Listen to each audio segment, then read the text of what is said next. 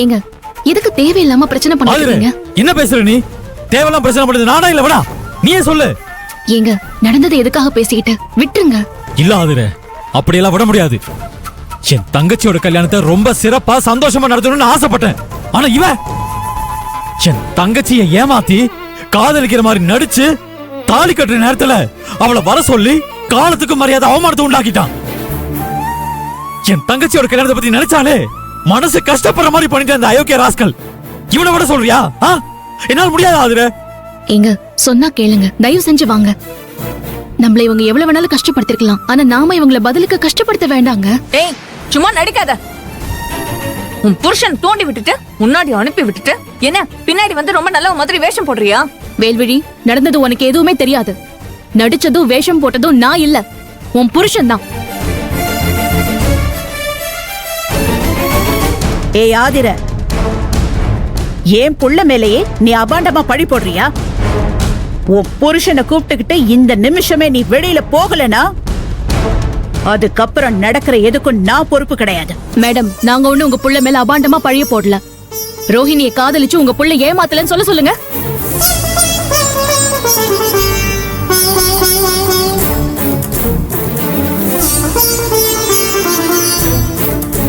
சொல்லு கௌதம், ரோஹிணியை காதலிக்கிற மாதிரி நடிச்சு ஏமாத்தல? இவ்ளோ பிரச்சனைக்கும் அவமானத்துக்கும் காரணம் நீதானே? ஆமா, நான் தான் காரணம்.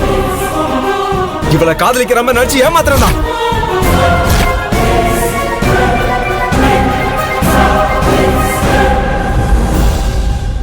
நான் அப்படி பண்ணதுக்கு காரணம் நீயும் உன் புருஷனும் தோ இவளும் தான். நாங்க என்ன பண்ணோம் கௌதம்? என்ன பண்ணீங்களா? நடந்ததெல்லாம் மறந்து போச்சுல்ல உங்களுக்கு? கொஞ்சம் கூட ஞாபகம் இல்ல? எப்படி இருக்கும்? உங்களை பொறுத்த வரைக்கும் அது ஏதோ ஒரு நாள் நடந்த சின்ன சம்பவம். ஆனா எனக்கு வாழ்நாள் பூரா மறக்கவே முடியாத பெரிய காயம். எப்ப அதை பத்தி நினைச்சாலும் அவமானத்துல கூனி குறுக வைக்கிற ஆறாத ரணம். ஒரு நாள் நீங்க 3 பேரும் ரோட்ல நடந்து வந்துட்டு இருந்தீங்க. அப்ப நான் பைக் ரேஸ்ல கலந்துகிட்டு வேகமா வந்து தோ இவளை இடிச்சு கீழே தள்ளிட்டேன். தெரியாம ஆக்சிடென்டா நடந்த சாதாரண விஷயத்த நீங்க ஊதி பெருசாக்கி என்ன அடிச்சு அவமானப்படுத்தி அப்ப அங்க பெட்ரோல்ல வந்த போலீஸ்காரங்க கிட்ட ஹேண்ட் ஓவர் பண்ணிட்டீங்க. போலீஸ்காரங்க என்ன ஒரு நைட் பூரா லாக்அப்ல ஜட்டியோட உட்கார வச்சு இப்ப ஞாபகம் வருதா?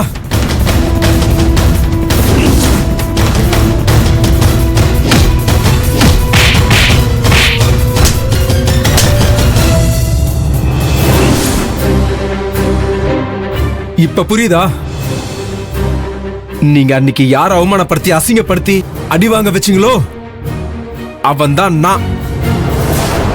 உங்க 2 பேரையும் காலம் ஃபுல்லா கதற விடணும்னு திட்டம் போட்டுதான் தோ நீங்க உயிரா பாசம் வச்சிருக்க ரோகிணிய காதலிக்கிற மாதிரி நடிச்சு இவளை ஏமாத்தி கடைசியில முகூர்த்த நேரம் வரைக்கும் என்ன நம்பி அலைய வச்சு அம்போன்னு விட்டு அவமானப்பட வச்சேன்.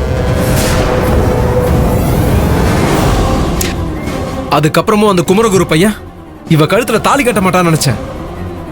ஆனா நீங்க எல்லாரும் ரொம்ப புத்திசாலித்தனமா பேசி அவனை சம்மதிக்க வச்சு இவ கழுத்துல தாலி கட்ட வச்சிட்டீங்க. நீங்க நினைச்ச மாதிரி இவளுக்கு கல்யாணம் ஆயிடுச்சுன்னு ரொம்ப சந்தோஷப்படாதீங்க. இவளை நான் ஒரு நிமிஷம் கூட நிம்மதியா வாழ விட மாட்டேன். இவளை அடிச்சா உங்களுக்கு வலிக்கும்ல, இவளை அடிப்பேன், உங்களுக்கு வலி கொடுப்பேன். இதுக்கப்புறம் தான் உங்க வாழ்க்கையில பல திடுக்கிடும் பயங்கரமான சம்பவம் நடக்க போகுது. அத நான் நடத்துவேன். அதுக்கெல்லாம் நீ உயிரோட இருந்தாதானே நடத்துவ? இப்பவே உன்னை கொண்டுட்டு நான் ஜெயிலுக்கு போறேன்டா.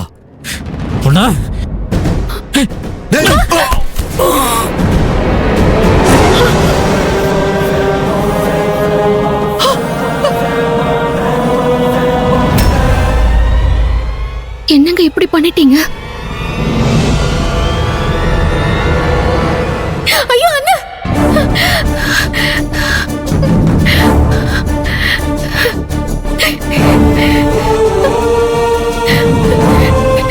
நடந்ததெல்லாம் கனவா?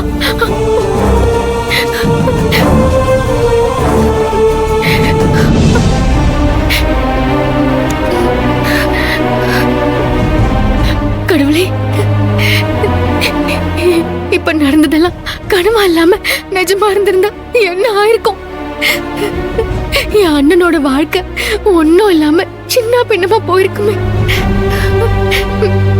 அப்படி அப்படி ஒரு நாளும் நடக்கிறதுக்கு நான் காரணமா இருந்துடக்கூடாது. ஆதிரா அண்ணி எப்பவும் என்கிட்ட என் வாழ்க்கைய நினைச்சு சந்தேகப்பட்டு எதுவும் கேட்டக்கூடாது. இல்ல